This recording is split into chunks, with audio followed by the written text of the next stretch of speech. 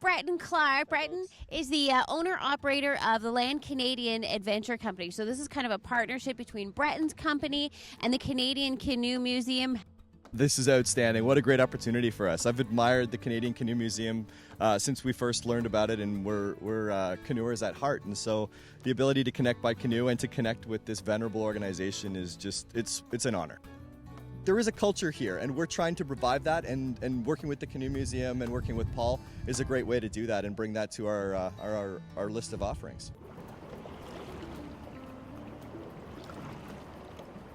I've never been on a log in a canoe before. Yeah, me either.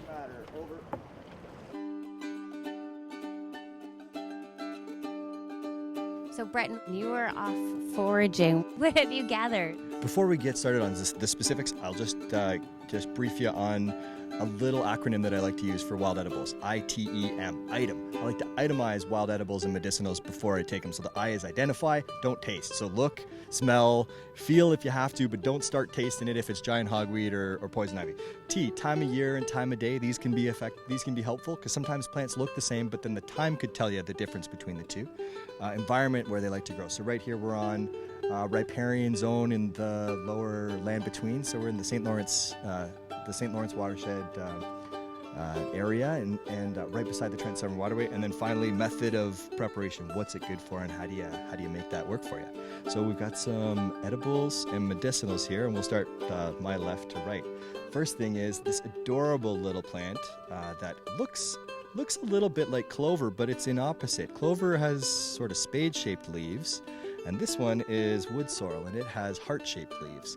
Often this grows right beside your garden if you're a gardener, if you have a nice backyard. You can also find this in the understory of late successional forests, like up in Algonquin. It loves to come through because the canopy is so dense, the light doesn't make it through to the ground, and it's a perfect place for wood sorrel to grow. Pop this in your mouth if you don't mind. Trust me, it's not going to hurt you. And tell me the flavor that you're getting off it. Chew it up, let it hit the sides of your tongue in particular.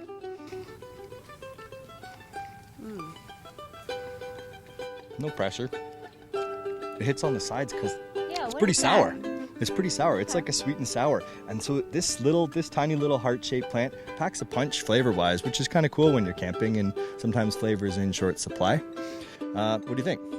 I like it. It's kind of, I was trying to peg what it tasted like. It's not, I can't describe it. It's not like anything. Yeah, maybe. Yeah, it's got oxalic acid, which is a pretty common component in a lot of citrus. So it's a pretty citrusy plant, which means it's also good for you. It's got some vitamin C.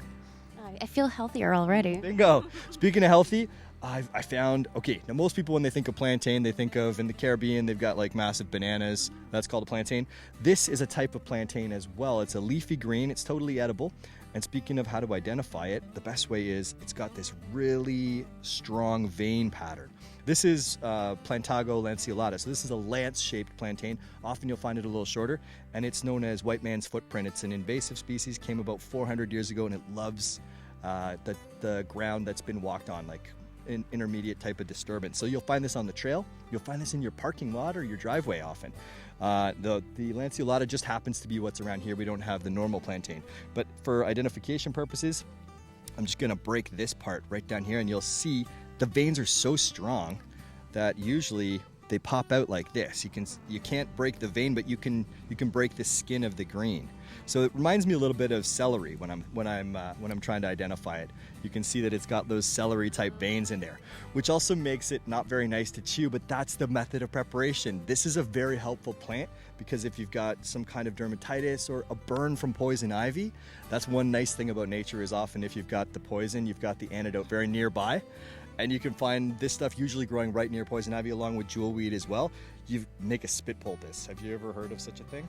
Yeah. So are you gonna do it? Sure, I'll demonstrate. So you pop it in your. It's not very delicious, like I was saying. You can prepare it and eat it as a leafy green. Chew it up. Keep your spittoon nearby.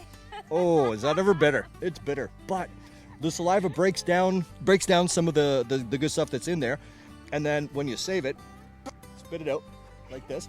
Collect all that stuff that's left over after you've masticated and used your saliva to break it down, and you simmer that with a little bit of olive oil until the whole olive oil is suffused with green, And then if you add a little bit of beeswax and let it harden, you've got a really nice balm. And that goes on your poison ivy burns, and it'll draw out the blisters, it'll draw out the moisture, and in the case of poison ivy, it'll draw out the urushiol, which causes the burn. So this is a really helpful plant. Wow. And it just like grows in your driveway. I mean, we're not out in the wilderness here. We're right in town. And the third and final one, look familiar. This is not ragweed. In fact, this will help you if you've got bad problems with allergies. It's solidago, it's goldenrod. So you can find this sometimes in a florist. It's a beautiful plant, and it's a very nice color to have, so I use it as a garnish, and if you eat it, then it can provide a bit of an antihistamine quality and help prevent some of the symptoms of allergies. And so, yeah, this is a little bit of the wild edibles today that we prepared. All right, Bretton, we're going to continue painting, and you can continue spitting or preparing our lunch. There's hand sanitizer. I'm sanitizing my hands next.